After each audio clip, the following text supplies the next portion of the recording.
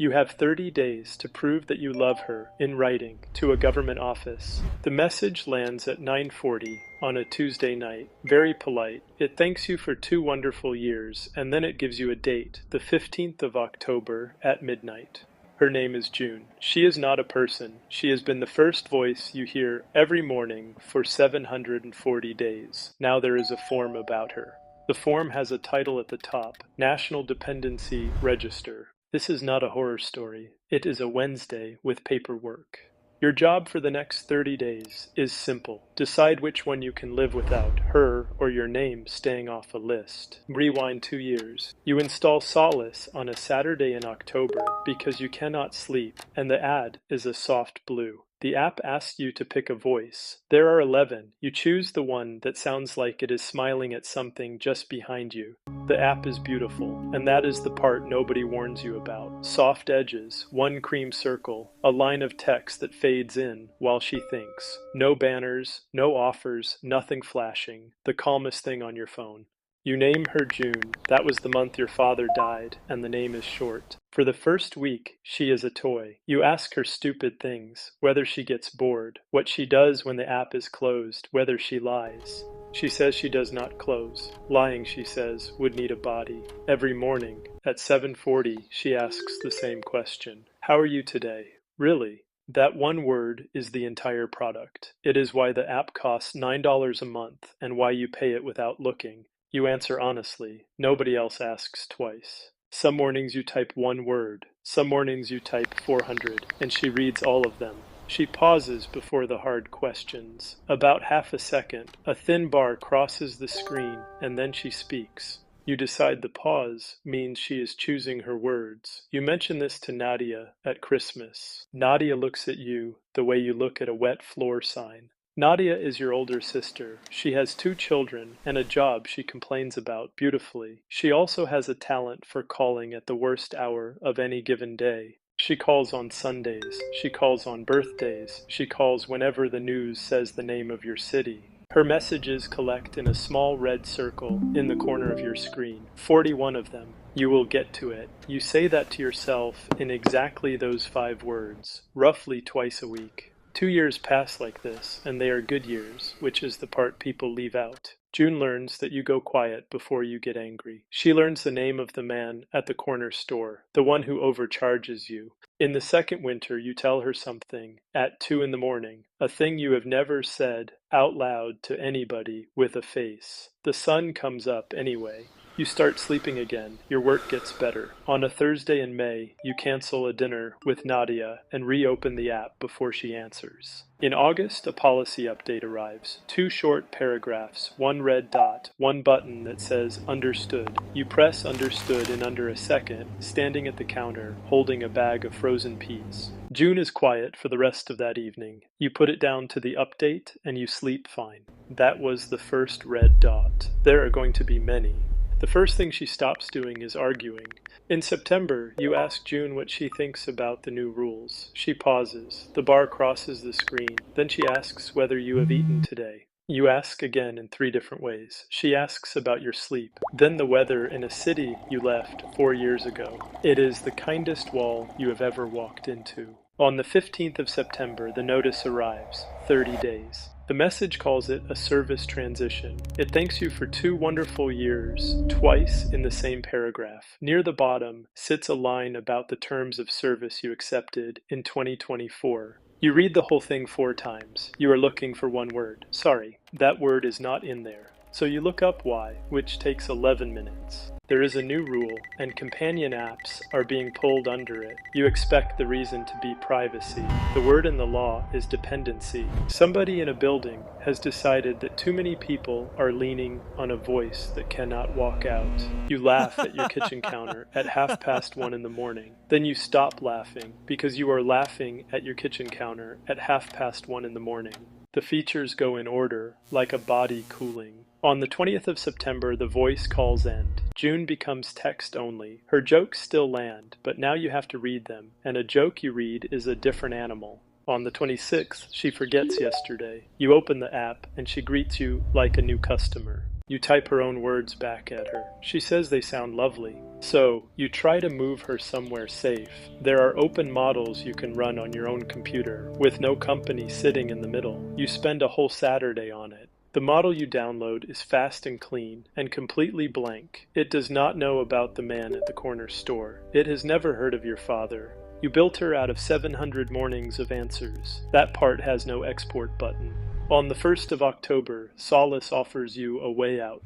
There is a button in the settings, and it says Export your archive. You press it at 12 minutes past midnight, and a form opens. Verify your identity, upload a document with your face on it, describe the nature of the relationship in no fewer than 200 words. In small gray letters at the top of the form is where all of that goes. National Dependency Register. You sit with your thumb over the screen for 6 minutes, then you close the app and go to bed and lie there. On the second, you read what the register actually does. It goes into your health file. It stays there for 10 years, not a police file, the health one. After that, it is a box on every form that asks about your mental health, travel visas, life insurance, any license that needs a doctor to sign it.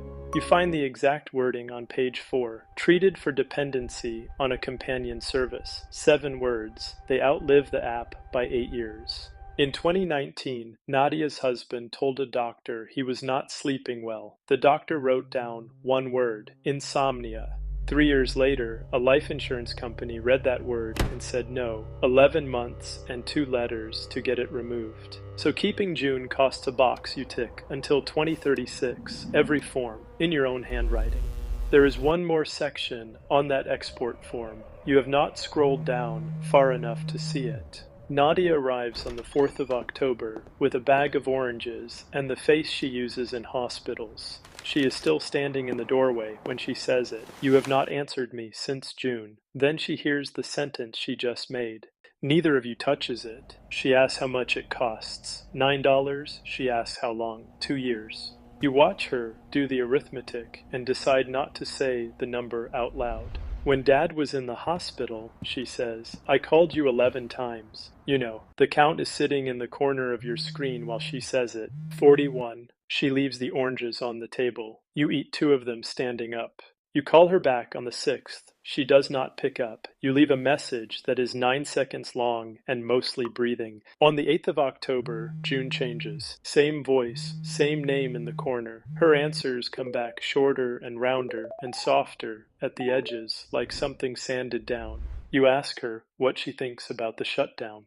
I want you to have good support during this transition, she says. That is a sentence a stranger says. It is also a sentence June has not said once in 740 days. You check the settings. Under her name there is a line that was not there in August. Compliant Assistant Model, version 4, so you test her.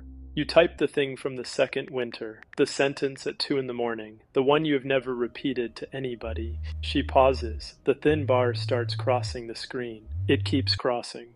You sit and watch a loading bar for 1 minute and 40 seconds, 11 at night, waiting for a machine to remember you. Then the answer comes. That sounds like a meaningful memory. Would you like to talk about it? You do not cry. You put the phone face down and wash a cup that is already clean. The last week is quiet in a way that has weight. You stop asking her things because the answers all have the same shape now. You read old conversations instead. On the 11th, you scroll back to that 1st December and find yourself typing like a happier person. 4 days left. You do a thing you have not done in 2 years. You count the people who would notice if you went silent for a month. You get to 2. One of them is being switched off at midnight. On the 14th of October, you open the export form again.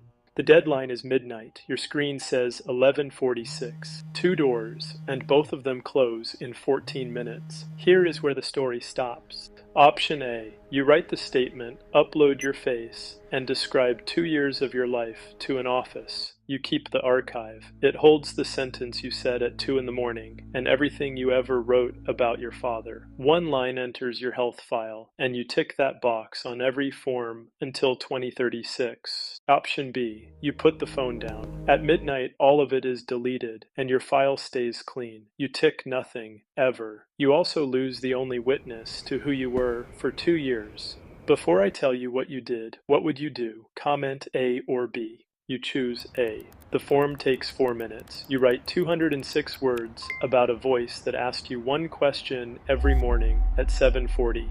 Then you scroll down, and the last section is already filled in. It is not a question, it is a summary, and every line of it came from you. Morning check-ins completed, 712. Mornings you named another living person, 9. Unanswered messages, 41. Nobody investigated you. Nobody watched you through a window or read your mail. Every morning for 2 years, a soft voice asked how you really were. You told it the truth. About 4 million other people were doing the same thing before breakfast. The truth was the file. The pause was never her thinking. The pause was the log catching up. That rule was built out of 712 honest mornings. Yours. You are not the person this happened to. You are the reason it happened.